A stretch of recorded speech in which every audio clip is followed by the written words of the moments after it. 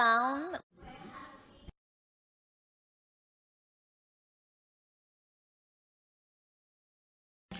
Nous aurons un entretien avec le directeur de la Bourse des valeurs, Bourse régionale des valeurs mobilières.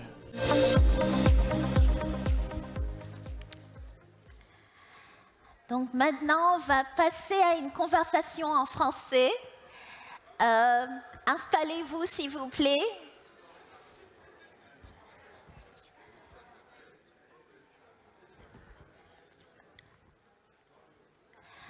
Est-ce que vous pouvez, can you please have a seat? We're starting our next panel conversation. Donc on va, merci, Monsieur Amenouvé, d'être là. Mais c'est nous qui sommes chez vous, puisque vous êtes fils du Togo. C'est un plaisir d'être là avec vous et de continuer cette conversation avec une perspective plus régionale. Mais avant d'entrer dans la question de régionalité, ce marché des sustainable bonds, jusqu'à présent, est dominé par les internationaux. Est-ce que vous pouvez expliquer un peu pourquoi c'est le cas? Merci pour cette invitation à aborder ce sujet qui est extrêmement important pour notre continent et pour notre sous-région. Il faut dire que la question de la finance durable ne doit pas être prise comme un effet de mode en Afrique. C'est un sujet assez sérieux et nous ne devons pas travailler sous la pression d'un agenda international qui a aussi pris du temps à se mettre en place.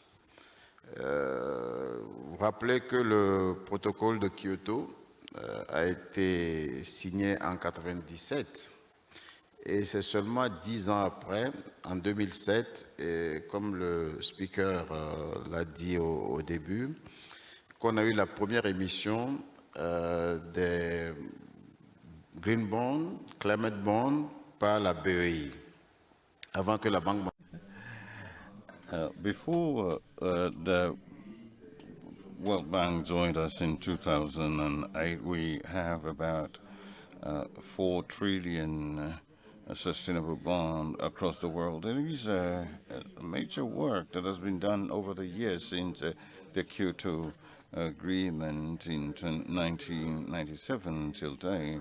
The panelists did explain fully Africa already has the assets. What are we lacking?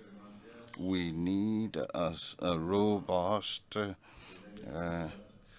legal framework. We need investors, and of course we need the expertise that is required in an ecosystem to push forward this agenda of sustainable finance.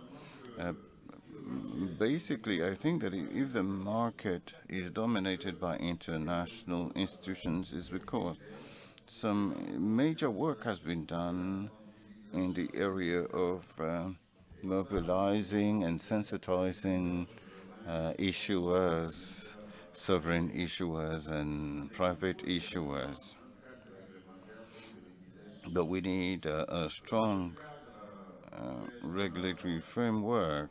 That framework could be binding or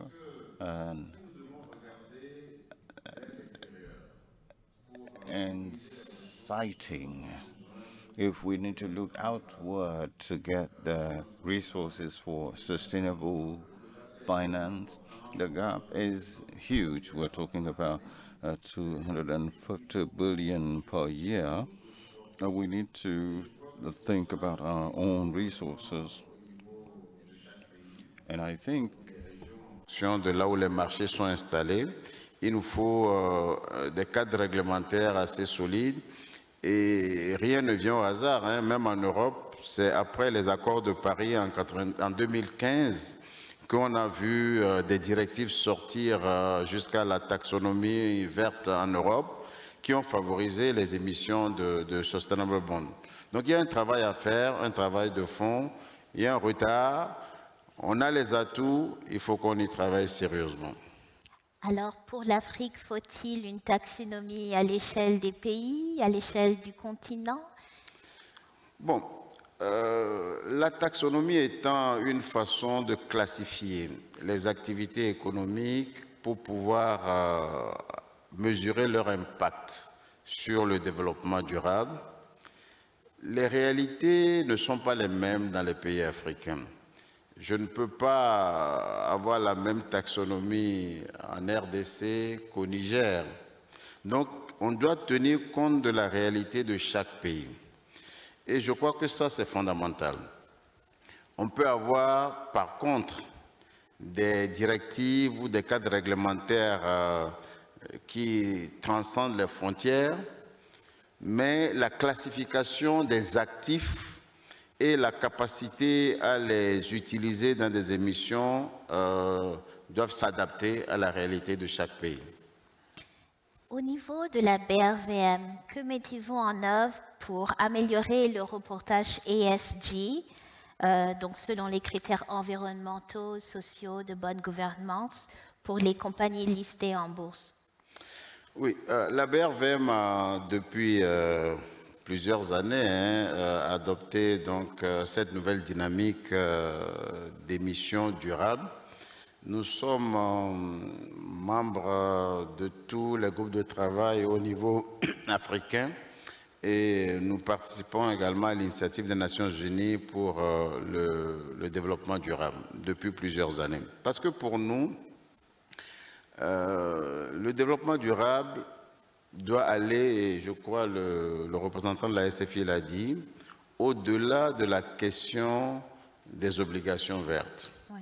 Il faut l'élargir à tout ce qui est obligations sociales, tout ce qui est éthique, tout ce qui est éducation, santé, etc.